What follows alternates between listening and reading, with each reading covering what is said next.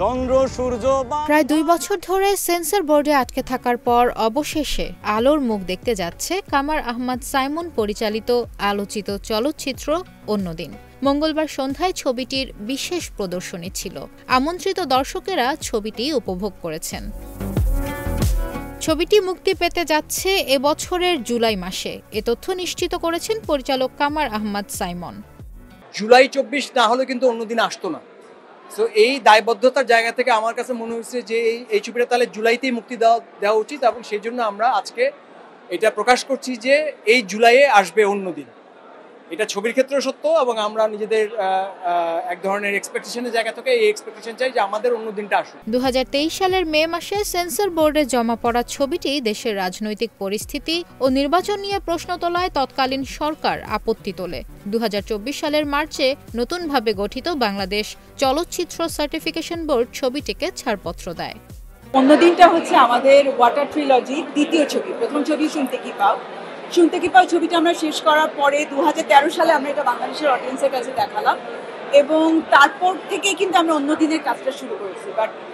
এবং ২০২১ সালে আমরা কাজটা শেষও করলাম, এবং শেষ করার পর আমরা হচ্ছে যে ইন্টারন্যাশনাল ইকফাতে আমরা ছবিটাকে দেখালাম, ওয়ার্ল্ড প্রিমিয়ার হলো ইন্টারন্যাশনাল কম্পিটিশনে। বাট আনফর্চুনেটলি দেশে আসলে আমরা ছবিটাকে দেখাতে পারলাম না, কারণ হচ্ছে সেন্সরে আটকে দিল ছবিটা।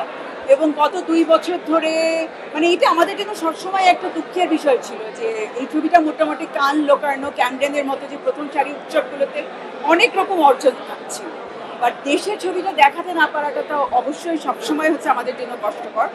তো আলটিমেটলি আমরা আজকের দিনটা আমাদের জন্য খুবই স্পেশাল আমরা মনে করছি, কারণ এবং এই দিনটা আসলে জুলাই না আসলে হয়তো সম্ভব হতো না। তো সেই জন্য আসলে আমরা এটাকে জুলাইয়ের প্রতি আমরা ছবিটাকে পাবলিকের জন্য রিলিজও করবো, জুলাইয়ের আমরা রিলিজ করার প্ল্যান করেছি। বিশেষ প্রদর্শনীতে উপস্থিত ছিলেন মৎস্য ও প্রাণী সম্পদ মন্ত্রণালয়ের উপদেষ্টা ফরিদা আক্তার ও শিক্ষা উপদেষ্টা চৌধুরী রফিকুল আবরার। আমরা যে মেয়েরা যে অনেক কিছু করলাম, জুলাইয়ের অভ্যুত্থানে মেয়েরা যে সামনে আসলো, পরে কেন হারিয়ে গেল, এগুলোও কিন্তু সিনেমাতে চলে আসে। সিনেমা তো মানে বিশেষ করে যারা তরুণরা আছে এই সময় যে সিনেমাগুলো তারা করছে এগুলো আমাদের দেখা দরকার। এখানে বর্তমান সময়ের যে চিন্তাটা সেটা প্রতিফলিত হবে।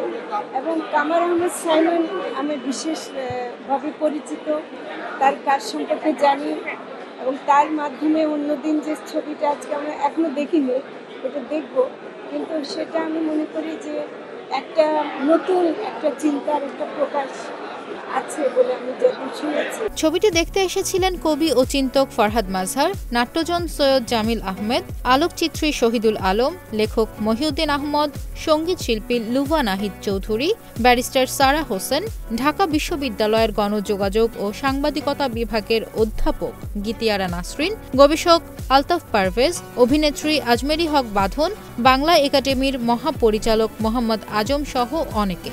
আমার ধারণা যে ফলাও করে পাবলিকলি প্রচারের জন্য হয়তো সরকার এই সিনেমা মুক্তি দিতে পারতো না, কারণ এখানে খুব গভীর এবং ইফেক্টিভ ক্রিটিসিজম আছে আমাদের পুরনো রাষ্ট্রতন্ত্র। ওই রাষ্ট্রতন্ত্র হয়তো এখন পুরোপুরি পরিবর্তিত হয়ে যায় নাই, কিন্তু যে সম্ভাবনাটা তৈরি হয়েছে সেটার জন্য আমরা এই সিনেমাকে আমরা বলতে পারি যে এই সিনেমা আমাদেরকে কি পরিবর্তন করতে হবে, কিভাবে পরিবর্তন করতে হবে সেটারও একটা দিশা দেয়, একটা আর্টিস্টিক রিপ্রেজেন্টেশন।